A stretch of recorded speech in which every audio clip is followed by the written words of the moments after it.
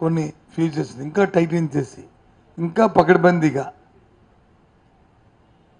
ఈ దేశంలోనే ఈ రాష్ట్రంలో భూ హక్కుదారులు ఉన్నారో వాళ్ళకి ప్రయోజనాలు చేకూర్చేటట్లు ఈ కార్యక్రమాన్ని రూపొందిస్తున్నాం.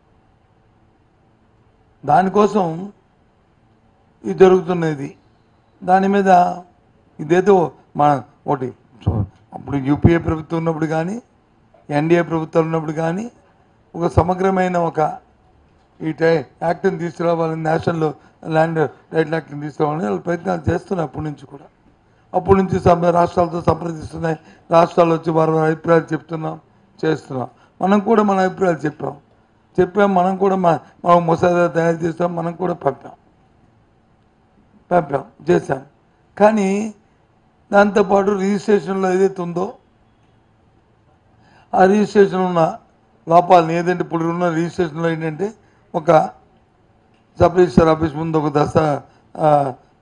రైటర్ ఉంటాడు,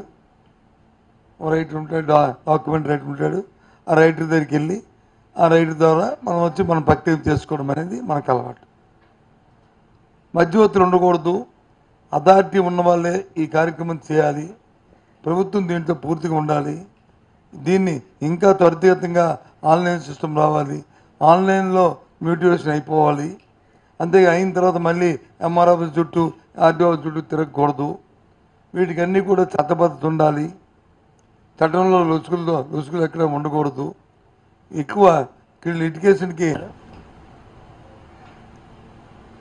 ఆయన 5 సంవత్సరాలు చేసిన పరిపాలన ఈ 5 సంవత్సరాల్లో 2019లో ఆయన ఇచ్చిన మేనిఫెస్టో, మళ్ళీ 24లో మళ్ళీ ఇచ్చిన మేనిఫెస్టో దేశ రాజకీయాలకు కొత్త రంగుని తీసుకొచ్చింది.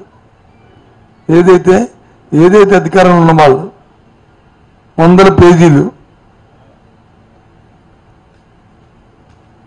ఇది ఎవరిది? చంద్రబాబు నాయుడుది మేనిఫెస్టో 2014. ఎన్ని పేజీలు ఉన్నాయి చూడండి. ఎన్ని పేజీలు ఉన్నాయి?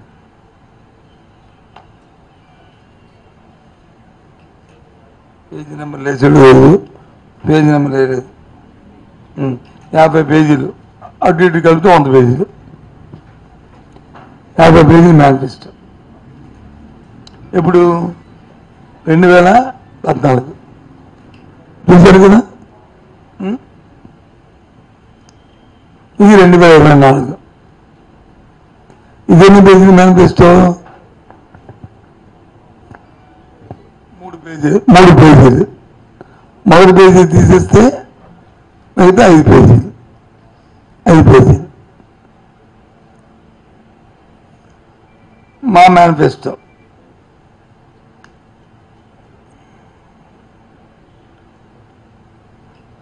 2019లో 4 పేజీలు మేనిఫెస్టో.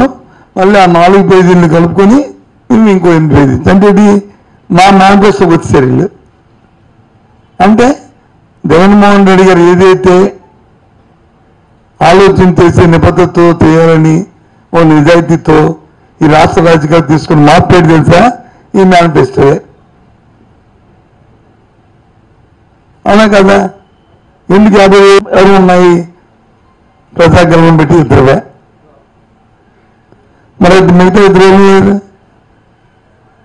అలా పార్టీలు లేరు. మన ఈ మేనిఫెస్టోకి సంబంధం ఉందా లేదా? అది పార్టీలో దీన్ని అంగీకరించినప్పుడు ప్రజలు ఎందుకు అంగీకరించాలి? డైరెక్ట్ క్వశ్చన్, నా ప్రశ్న. మీ కూటమి పార్టీలే దీన్ని అంగీకరించినప్పుడు, వాళ్ళందరూ లేనప్పుడు ఈ రాష్ట్ర ప్రజలు ఎందుకు అసలు దీని గురించి అసలు ఆలోచన చేయాలి, డిస్కస్ చేయాలి? ఇది చెత్తబుట్టలో బయట పనికొస్తారు తప్ప ఇది దేనికి పనికొస్తా? చెప్పండి. ఈ రాష్ట్ర ప్రజలందరూ చూస్తున్నారు. దీనికి ఆన్సర్ చెప్పనండి. ఎవరైనా కూటమిలో ఉన్నప్పుడు ఇక అందరూ కలిపి మా మేనిఫెస్టో బొమ్మలు వేసి పెట్టారు.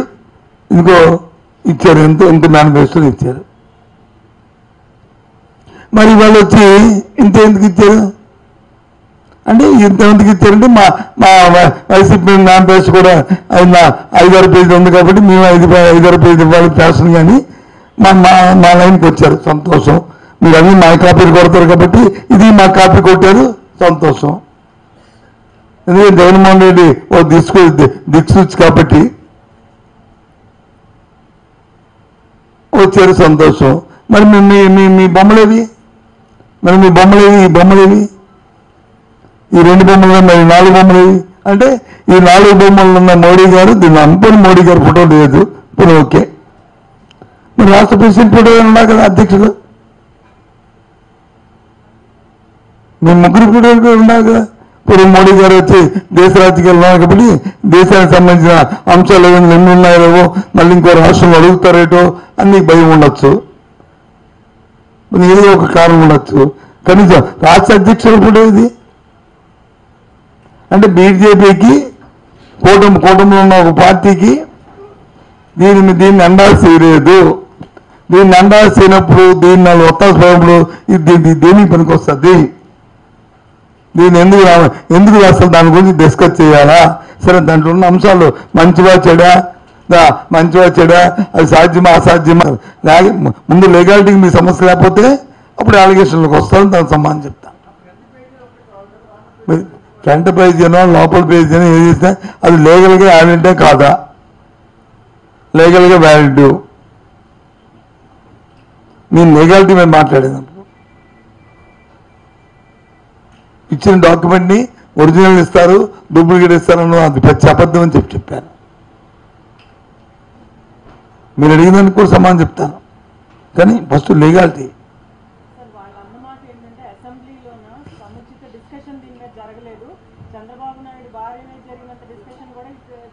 3 సార్లు జరిగింది ల్యాండ్ టైటిల్ మీద అసెంబ్లీలో 3 సార్లు. ఎందుకంటే మరోసారి రాజస్థాన్ కేంద్రాన్ని పంపించాం ప్రెసిడెంట్ సైన్ కావాలని, దాన్ని వచ్చి మళ్ళీ వాళ్ళు కొన్ని కొరీలేసి పంపించారు, మళ్ళీ తీసుకొచ్చాం, మళ్ళీ అసెంబ్లీలో మళ్ళీ మా కౌన్సిల్లో పెట్టాం, మళ్ళీ పంపించాం, మళ్ళీ వాళ్ళు కొన్ని డౌట్స్ అడిగారు, మళ్ళీ దాన్ని మళ్ళీ క్లారిఫై చేస్తాం, మళ్ళీ చేసి పంపించాం.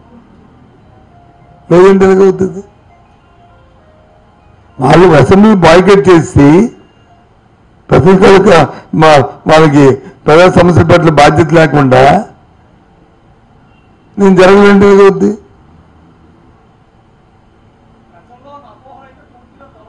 తొలగించాం కదా,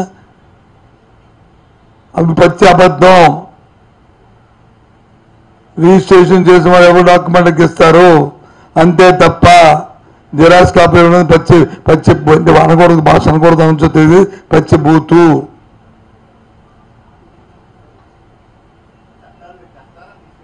ఏదండి చట్టం వచ్చి ఇప్పుడు ప్రస్తుతం కోర్టులో డిస్కషన్ జరుగుతుంది, కోర్టులో కొన్ని క్లారిఫికేషన్ ఇచ్చాం.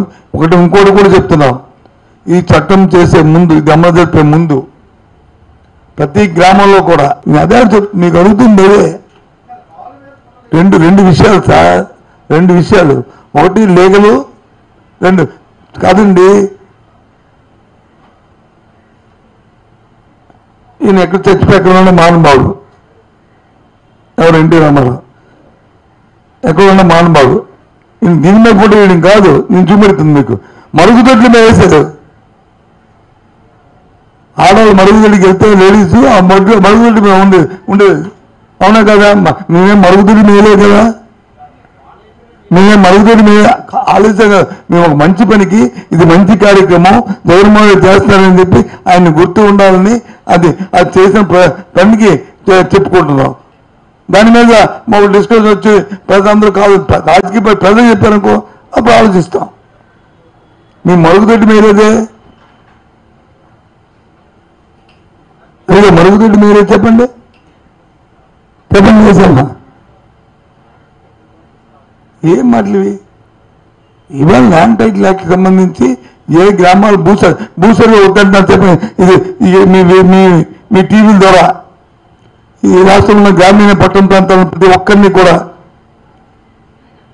మీకు తెలియపరచాలని మిమ్మల్ని కోరుకుంటున్నాను.